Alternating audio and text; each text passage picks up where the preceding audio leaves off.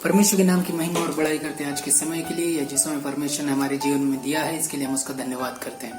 फिलिपियों की पत्री उसका 4 अध्याय उसकी 13 आयत इस प्रकार से कहती है, जो मुझे सामर्थ देता है उसमें मैं सब कुछ कर सकता हूँ। कई बार यह आयत लोगों के द्वारा उपयोग की जाती है हर एक कार्य को संपन्न करने के लिए, हर एक कार्य को परिपूर्ण करने के लिए। उदाहरण के लिए, एक बच्चा पेपर देने के लिए जाता है, अपना एग्जाम देने के लिए जाता है, वह कुछ पढ़ाई नहीं करता है, लेकिन फिर भी वह इस आयत को कोट करता है और कहता है कि मैं सब कुछ कर सकता हूँ, प्रभु यीशु मसीह मुझे सामर्थ देता है।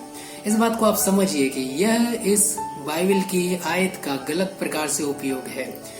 अगर हम सही रूप से देखें तो इसकी पृष्ठभूमि में पौलुस क्या कहता है। 10 आयत में वह कहता है, मैं प्रभु में बहुत आनंदित हूँ कि अब इतने दिनों के बाद तुम्हारी चिंता मेरे विषय में फिर जागृत हुई है। निश्चय तुम्हें आरंभ में ही इसका विचार था, पर तुम्हें अवसर ना मिला। अब पौलुस उन लोगों से कह रहा है, फिलिपियों की कलीसिया के लोगों से कह रहा है जो उसकी सहायता और मदद करना चाहते थे, और पौलुस कह रहा है कि मैं आनंदित हूँ कि तुम इस प्रकार की सोच मेरे विषय में रखते हो।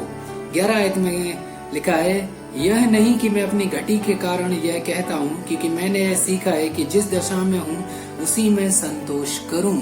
तो पौलुस यह इस वजह से नहीं कह रहा है कि लोग उसकी जरूरतें पूरी कर रहे हैं इसलिए वह कह रहा है, अरे मैं आनंदित हूँ, मैं जानता हूँ कि तुम्हारी इच्छाएं मेरे लिए हैं और तुम्हारी चिंताएं मेरे लिए है। वह अपनी कमी घटी के कारण है, इस बात के लिए नहीं कह रहा है। पौलुस जब इस पत्री को लिख रहा है वह जेल में है। आप समझिए इस बात को। उससे बड़ी दुर्घटना क्या हो सकती है? क्या पैसों की कमी या फिर और कोई चीज? वह जेल में है। वह पहले से ही वह उस पीड़ा में से होकर जा रहा है। 4:4 में इस प्रकार से फिलिपियों की पत्री 14 अध्याय उसकी 4 आयत में इस प्रकार से लिखा है, प्रभु में सदा आनंदित रहो। मैं फिर कहता हूँ, प्रभु में आनंदित रहो। तो जो पौलुस का जो आनंद है वह परमेश्वर में आनंद है। इस वजह से आनंद नहीं है कि उसकी कमी घटी पूरी हो रही है। आप इस बात को समझिए। यह इस वजह से आनंद नहीं है कि फिलिपियों की कलीसिया की चिंता उसके लिए जागृत हुई है, वह कुछ करना चाहते हैं पौलुस के लिए। यह इस वजह से नहीं है। उसकी 12 आयत में कहता है, मैं दीन होना भी जानता हूँ और बढ़ना भी जानता हूँ। हर एक बात और सब दशाओं में मैंने तृप्त होना, भूखा रहना और बढ़ना घटना सीखा है। अब पौलुस का जो ध्यान है यहाँ पर उन चीजों पर है कि जब मेरे पास में संसाधन मौजूद नहीं है, उस समय मुझे प्रभु में किस प्रकार से जीवन को व्यतीत करना है, और मुझे पता है कि मैं किस प्रकार से जीवन व्यतीत कर सकता हूँ, और उसी में मुझे संतोष है। चीजों के मिलने पर संतोष नहीं है, लेकिन अगर चीजें ना मिले तो तब भी अपने जीवन को किस प्रकार से चलाना है, उसमें मुझे संतोष है।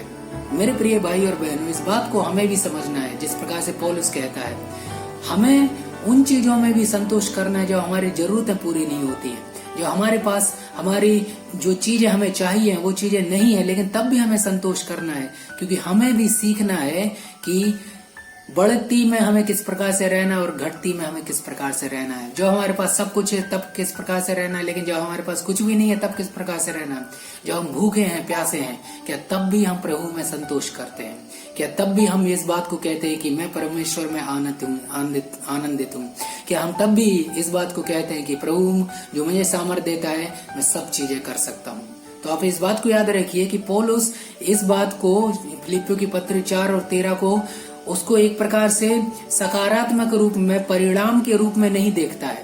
परिणाम के रूप में मतलब कि मेरी सारी जरूरतें पूरी हो जाएंगी, इसीलिए मैं कहता हूँ कि प्रभु में मैं सब कुछ कर सकता हूँ जो मुझे सामर्थ्य देता है। वो इस प्रकार से नहीं कहता। वो इस प्रकार से कहता है कि मैंने सीख लिया है, मुझे परमेश्वर ने पहले से सिखा दिया है कि अगर मेरी जरूरतें पूरी नहीं होती हैं तो भी मुझे किस प्रकार से संतोष करना है, और यह सब मैं तभी कर सकता हूँ उसमें रहते हुए जो मुझे सामर्थ्य देता है। मेरे प्रिय भाई और बहनों, होने दीजिए कि चाहे हमारे पास चीजें हो या ना हो, हमारी जरूरतें पूरी हो या ना हो सकता है कई चीजों की आवश्यकता आज आपको हो, लेकिन आपके पास वो चीजें नहीं है, लेकिन फिर भी हमें संतोष करना है।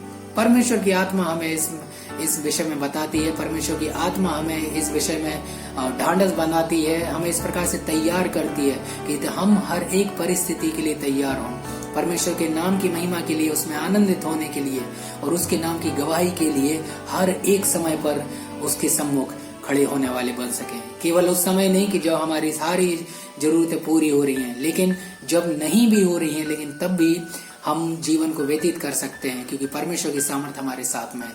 परमेश्वर आप सभी को इन वचनों के द्वारा आशीष दे। आमीन।